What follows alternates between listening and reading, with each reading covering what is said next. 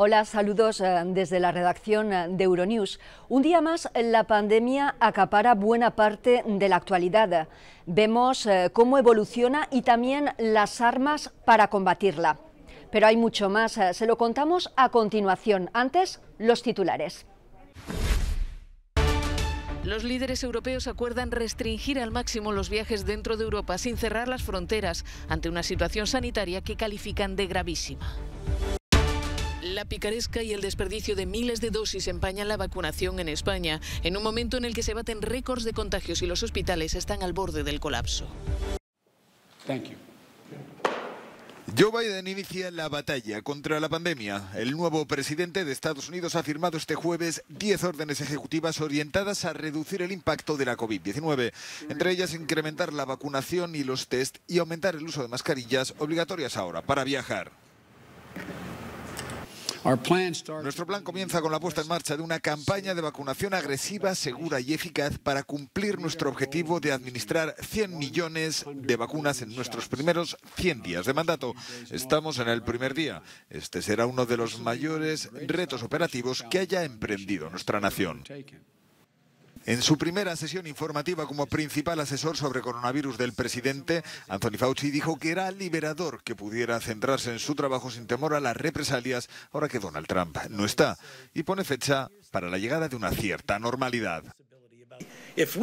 Si conseguimos que entre el 70 y el 85% del país esté vacunado, digamos que a finales del verano, a mediados del verano, creo que para cuando lleguemos al otoño nos acercaremos a un grado de normalidad. No será total, pero sí creo que quitará mucha presión a los estadounidenses. Biden ha comenzado rápido su estrategia contra la COVID-19, pero tiene que acelerar las confirmaciones pendientes del Senado para que su gabinete pueda trabajar a pleno rendimiento. Esta misma semana el país superó los 400.000 muertos y los 25 millones de contagios, siendo el más afectado del mundo por la pandemia. Detención de seguidores de Alexei Navalny en Rusia días antes de la manifestación a favor del opositor prevista para este sábado. Portugal celebra elecciones presidenciales en mitad de un confinamiento y con el actual jefe de Estado, Marcelo Rebelo de Sousa, como gran favorito. Viajar dentro de la Unión Europea va a ser cada vez más complicado. Los líderes europeos coincidieron este jueves en la necesidad de limitar al máximo los desplazamientos entre los países miembros, dando el visto bueno para que cada Estado imponga sus propias restricciones, como test o cuarentenas obligatorias, sin que eso suponga por el momento el cierre de las fronteras interiores. Han tomado esta decisión ante una situación epidemiológica que califican de gravísima, en particular por la amenaza de las nuevas variantes del virus. En vista de la gravísima situación sanitaria, debe desaconsejarse enérgicamente todo viaje no esencial, tanto dentro de los países como, por supuesto, a través de las fronteras, dice la presidenta de la Comisión. Al mismo tiempo, resulta esencial mantener el funcionamiento del mercado único. Por tanto, en lo que respecta a los trabajadores y las mercancías esenciales, deben seguir cruzando las fronteras sin problemas. En lo que respecta a las fronteras exteriores, también propondremos que haya medidas de seguridad adicionales. Otra cuestión espinosa es la del suministro de vacunas. Las críticas han llovido en la cumbre por la lentitud de la distribución de las dosis de Pfizer-BioNTech. Varios países reclaman que se autorice cuanto antes la comercialización de otras vacunas, como la de AstraZeneca. Los líderes quieren que se acelere la vacunación y en este sentido deben respetarse los compromisos de entrega asumidos por las empresas, reclama el presidente del Consejo, Charles Michel. Los líderes reafirmaron que las vacunas deben ser distribuidas al mismo tiempo en función de la población. También se reafirmó la necesidad de hacer un estrecho seguimiento del proceso de vacunación. Se examinarán todos los medios posibles para garantizar un suministro rápido, incluida la distribución temprana para evitar retrasos. La propuesta más polémica fue la de crear un pasaporte de vacunación a nivel comunitario, una idea que plantea dudas legales y políticas por el riesgo de limitar los derechos de los que no quieren o no pueden vacunarse. La cumbre ha tenido efectos inmediatos. Portugal y Países Bajos han anunciado la suspensión de todos sus vuelos con el Reino Unido. El coronavirus obliga a Holanda a establecer el primer toque de queda desde la Segunda Guerra Mundial. Según los responsables sanitarios, la variante británica del virus, mucho más contagiosa, podría suponer la mayoría de los contagios en febrero. El gobierno de coalición que dirige Mark Rutte ha anunciado además otros 7.600 millones de euros en ayudas a las empresas para evitar la pérdida de empleos. El principal partido de la oposición, la extrema derecha de Geert Wilders, ha criticado con fuerza las restricciones al considerar que recortan las libertades y que son un signo de impotencia y pánico del gobierno. Espectáculo bochornoso en la sede de la soberanía popular en la República Checa, la sesión del Parlamento en la que se debatía la extensión del estado de emergencia durante 30 días acabó en insultos y agresiones. Un diputado habló sin mascarilla, insultando a otros colegas. El presidente de la Cámara cortó su micrófono y comenzó la escaramuza. Finalmente las restricciones se prorrogaron hasta el 14 de febrero. El país tiene ahora mismo la mayor tasa de incidencia de toda la Unión Europea, casi 1.400 casos por cada 100.000 habitantes. Mayor consenso ha habido en Portugal para imponer el cierre de las clases que no contemplaba el confinamiento decretado hace una semana. El avance de la cepa británica preocupa y el primer ministro António Costa ha manifestado que colegios y universidades compensarán las horas perdidas durante el resto del año. El país lleva días batiendo sus récords de mortalidad y es el primero en nuevos contagios en relación con su población. Y Hungría se ha convertido en el primer país comunitario en aprobar la vacuna rusa Sputnik 5. La desarrollada por AstraZeneca y la Universidad de Oxford también ha recibido la luz verde. Budapest se aleja así del acuerdo con el resto de socios para establecer una política común de vacunación. Las autoridades están en negociaciones con China para aprobar el antídoto contra la COVID-19 desarrollado en ese país.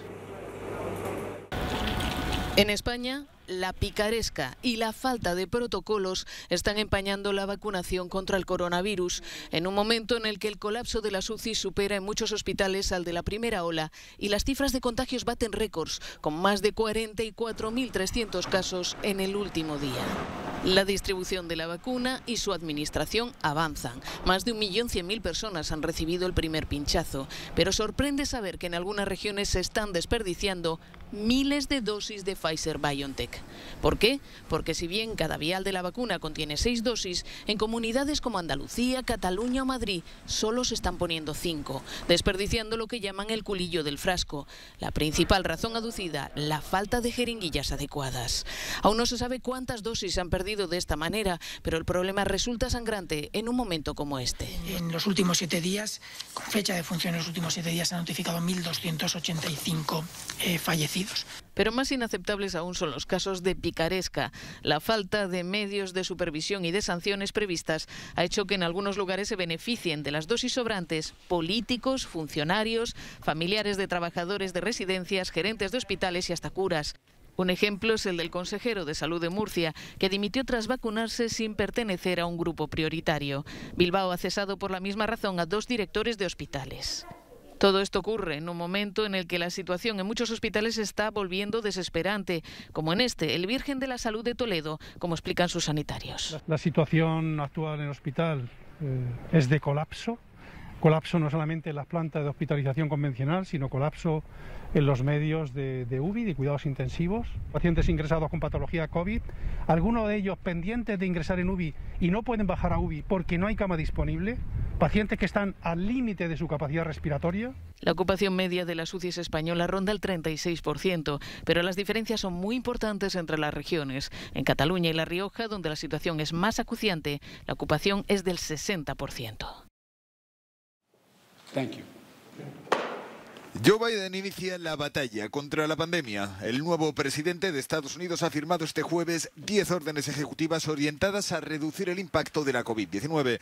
Entre ellas, incrementar la vacunación y los test y aumentar el uso de mascarillas obligatorias ahora para viajar. Nuestro plan comienza con la puesta en marcha de una campaña de vacunación agresiva, segura y eficaz para cumplir nuestro objetivo de administrar 100 millones de vacunas en nuestros primeros 100 días de mandato. Estamos en el primer día. Este será uno de los mayores retos operativos que haya emprendido nuestra nación. En su primera sesión informativa como principal asesor sobre coronavirus del presidente, Anthony Fauci dijo que era liberador que pudiera centrarse en su trabajo sin temor a las represalias ahora que Donald Trump no está, y pone fecha para la llegada de una cierta normalidad.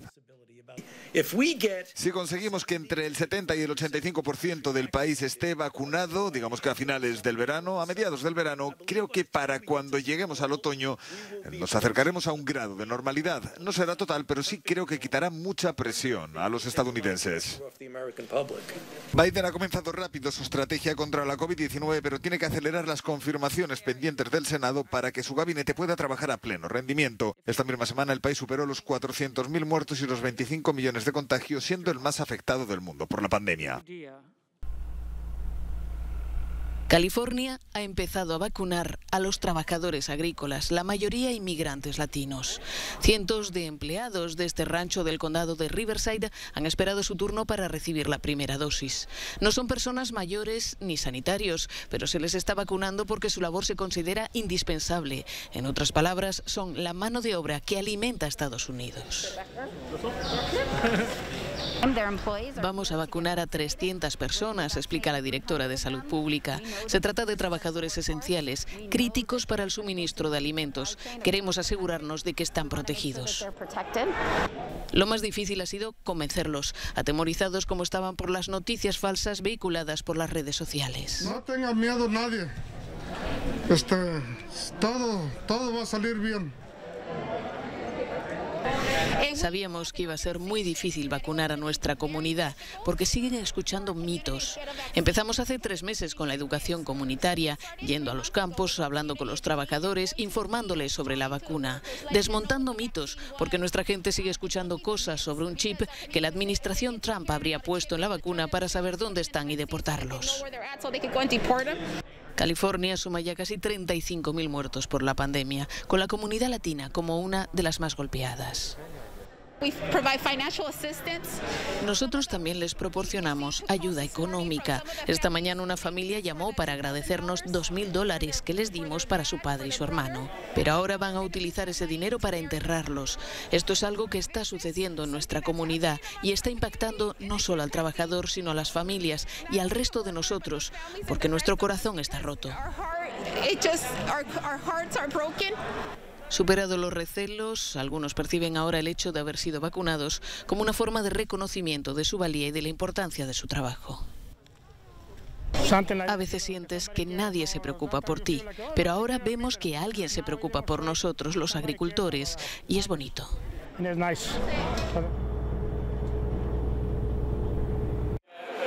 Las campañas de vacunación en el mundo continúan sorteando todo tipo de contratiempos. Pero los bulos en Internet sobre las vacunas de la COVID podrían retrasar la inmunización en algunos lugares. Uno de esos bulos es dirigido a la comunidad musulmana. El miedo que se infunde en la comunidad musulmana es que de alguna manera la vacuna contiene componentes que no son halal. Quienes están detrás utilizan la desinformación, la tergiversación y la mentira. Esta mentira se ha extendido a gran velocidad.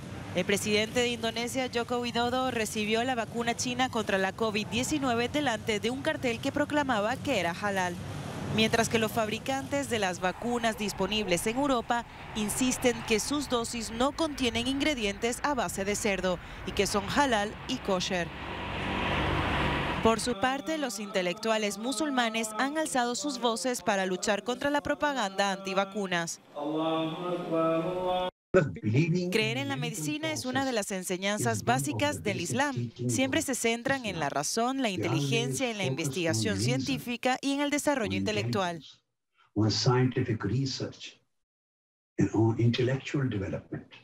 Un estudio reciente en Reino Unido explica que los miembros de las minorías étnicas tienen el doble de probabilidades de morir de COVID que la población blanca mayoritaria. La preocupación frente a los bulos antivacunas es real, igual que el virus. Afonso Cardo y Tomás Pereira estudian ciencias políticas en la Universidad de Minho, en Portugal. Estos días solo hay un tema de conversación: las elecciones presidenciales que se celebran el domingo. Todos los sondeos pronostican una victoria aplastante del actual presidente Marcelo Rebelo de Sousa, apoyado por el PSD de centro-derecha y el CDS democristiano. También cuenta con el apoyo no oficial del secretario general del Partido Socialista y primer ministro Antonio Costa. Apoya al presidente Marcelo precisamente porque se prevé que gane. No quería perder el pulso que perdería con una derrota y quería seguir teniendo el favor del presidente, más o menos. Cuanto mayor sea el margen de la victoria del presidente Marcelo Rebelo de Sousa, más significativa será. Y si esto se combina con un resultado de votos precario y frágil para los socios de izquierda del Partido Socialista, se reforzará la capacidad negociadora del primer ministro Antonio Costa con la izquierda, según analiza Tomás Pereira. El Partido Socialista gobierna el país en minoría, apoyado en acuerdos con los partidos de izquierda, pero ha perdido el apoyo del bloque de izquierda en la última votación de los presupuestos. Este es el análisis del profesor José Palmeira. Creo que para el Partido Socialista sería interesante que, a pesar de todo, Marcelo Rebelo de Sousa no tenga un gran resultado para que no se sienta tan apoyado, porque esto podría provocar un desequilibrio en las relaciones de poder entre la presidencia y el gobierno. Portugal se enfrenta a una de las peores olas de la pandemia del mundo. La crisis social y económica puede dificultar aún más los esfuerzos del gobierno minoritario. El papel del presidente de la República podría verse reforzado en la próxima legislatura si, por ejemplo, se produce una crisis política. En un escenario en el que el gobierno deba ser sustituido antes del final de su mandato, antes del final de la legislatura, el papel del presidente es fundamental. Tendría que mediar, por así decirlo, en la formación de una mayoría parlamentaria de apoyo al gobierno, nos dice el profesor Palmeira.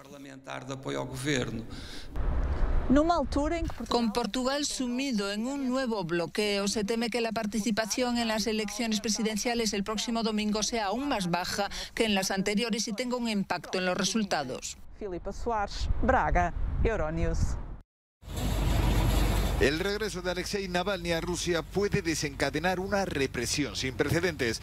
Las autoridades ya han advertido de que se detendrá cualquier manifestación no autorizada y este sábado hay prevista una a favor del opositor detenido a su llegada a Moscú tras recuperarse de un envenenamiento.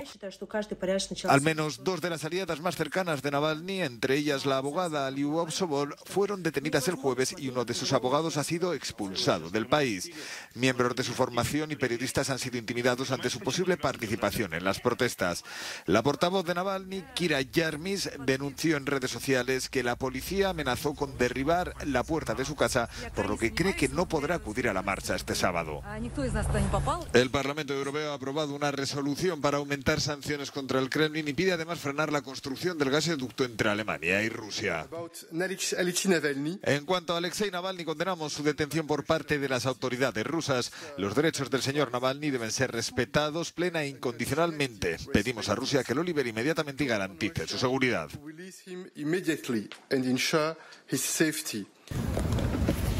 Por el momento, 4.000 personas han anunciado su asistencia vía Facebook a la concentración de este sábado. La nueva administración estadounidense, por su parte, se ha mostrado favorable a pedirle cuentas a Moscú por el arresto de Navalny.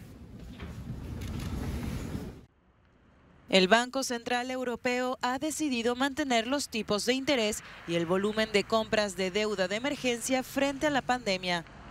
La entidad ha puesto casi 2 billones de euros sobre la mesa para estimular la economía de la zona del euro ante la prolongación de los confinamientos. Pero el panorama sigue siendo complicado. Tras una fuerte contracción en el primer semestre de 2020, el PIB de la zona euro repuntó con fuerza y aumentó un 12,4% en términos intertrimestrales en el tercer trimestre. El resurgimiento de la pandemia y la consiguiente intensificación de las medidas de contención del virus han provocado probablemente un descenso de la actividad en el cuarto trimestre de 2020 y se espera que ocurra lo mismo sobre la actividad en el primer trimestre de este año. Bruselas informa que la economía de la eurozona se contrajo un 7,8% el año pasado, aunque deberá repuntar un 4,2% en 2021.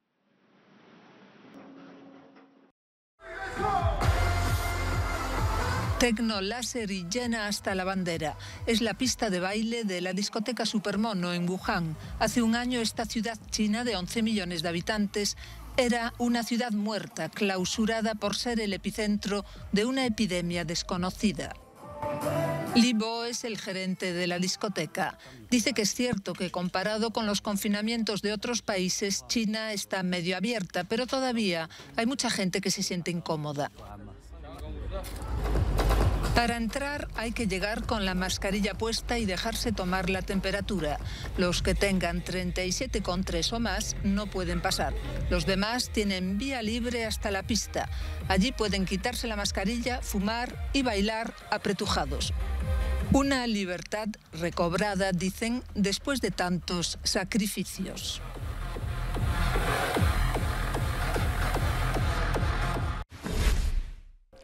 Termina aquí Euronews hoy. Gracias por su atención. Les recordamos que pueden seguir informados minuto a minuto a través de nuestro canal de televisión, de nuestra web y, por supuesto, de las redes sociales. Les dejamos ahora con el No Comment del día. ¡Feliz jornada!